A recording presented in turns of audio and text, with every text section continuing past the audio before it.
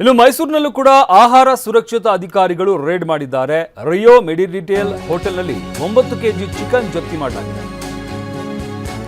ರಿಯೋ meridian ಹೋಟೆಲ್ನಲ್ಲಿ 9 KG chicken ಜಪ್ತಿ ಮಾಡಲಾಗಿದೆ. ಅವಧಿ ಮೀರಿದ 9 ಕೆಜಿ ಚಿಕನ್ ಅನ್ನು ಅಧಿಕಾರಿಗಳು ಜಪ್ತಿ ಮಾಡಿದ್ದಾರೆ. ಮೈಸೂರು ನಗರ ಹಾಗೂ ಜಿಲ್ಲೆಯಲ್ಲಿ ಅಧಿಕಾರಿಗಳಿಂದ ತಪಾಸಣೆ ನಡೆಸಲಾಗಿದೆ.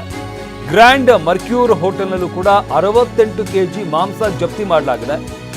ಕ್ಯೂ ಸ್ಟಾರ್ ಹೋಟೆಲ್ನಲ್ಲಿ 4 ಕೆಜಿ ಮಶ್ರೂಮ್ ಜಪ್ತಿ ಮಾಡಲಾಗಿದೆ. ಒಟ್ಟು 4 ಹೋಟೆಲ್ಗಳಲ್ಲಿ ತಪಾಸಣೆ ನಡೆಸಿರುವಂತಹ ಅಧಿಕಾರಿಗಳು ಅವಧಿ ಮೀರಿದ ಹಾಗೂ ಆಹಾರ ಸುರಕ್ಷತಾ ನಿಯಮ ಉಲ್ಲಂಘನೆ ಅಡಿಯಲ್ಲಿ ಈವರೆಗೆ ಒಟ್ಟು 81 ಕೆಜಿ ಮಾಂಸ ಹಾಗೂ ಆಹಾರ ಪದಾರ್ಥಗಳನ್ನು ಜಪ್ತಿ ಮಾಡಲಾಗಿದೆ.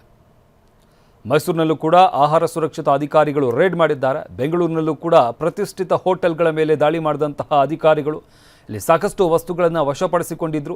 ನೋಟಿಸನ್ನು ಕೂಡ ನೀಡಲಾಗಿತ್ತು ಹೋಟೆಲ್ಗಳಿಗೆ. ಈಗ ಆ ಒಂದು ದಾಳಿ ಮೈಸೂರಿನಲ್ಲೂ ಕೂಡ ಮುಂದುವರಿತಾ ಇದೆ.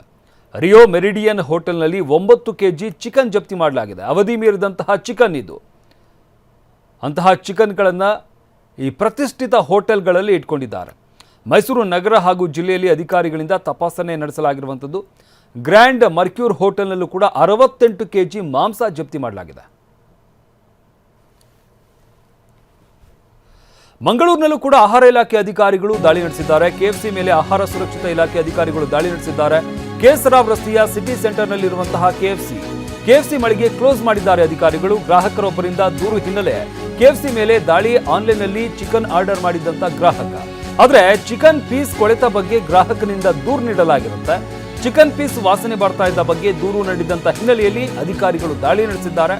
ದಾಳಿ ವೇಳೆ ಮೇಲ್ನೋಟಕ್ಕೆ ಕೊಳೆತ ಚಿಕನ್ ಪೀಸ್ ಪತ್ತೆಯಾಗಿದೆ. ಏಪ್ರಿಲ್ ಮಾರ್ಚ್ನಲ್ಲಿ ಪ್ಯಾಕ್ ಮಾಡಿದಂಥ ಕೋಳಿ ಮಾಂಸ ಪತ್ತೆಯಾಗಿದೆ. ಏಪ್ರಿಲ್ ಮಾರ್ಚ್ ತಿಂಗಳಲ್ಲಿ ಪ್ಯಾಕ್ ಮಾಡಿರುವಂತಹ ಚಿಕನ್ ಇದು. ಫ್ರೋಜನ್ ಚಿಕನ್ ತಿಂಗಳುಗಟ್ಟಲೆ ಬಳಕೆಗೆ ಯೋಗ್ಯ ಅಂತ ಸಿಬ್ಬಂದಿ ಹೇಳ್ತಾ ಇದ್ದಾರೆ. ಚಿಕನ್ ಅಡುಗೆ ಎಣ್ಣೆ ಸ್ಯಾಂಪಲ್ಸ್ ಲ್ಯಾಬ್ಗೆ ರವಾನಿಸಲಾಗಿದೆ. ವರದಿ ಬಂದ ಬಳಿಕ ಮುಂದಿನ ಕ್ರಮಕ್ಕೆ ಅಧಿಕಾರಿಗಳು ಸಿದ್ಧತೆ ಮಾಡಿಕೊಂಡಿದ್ದಾರೆ. ಸದ್ಯಕ್ಕೆ ಕೆಎಫ್ಸಿ ಮಳಿಗೆ ಕ್ಲೋಸ್ ಮಾಡಿರುವಂತಹ ಅಧಿಕಾರಿಗಳು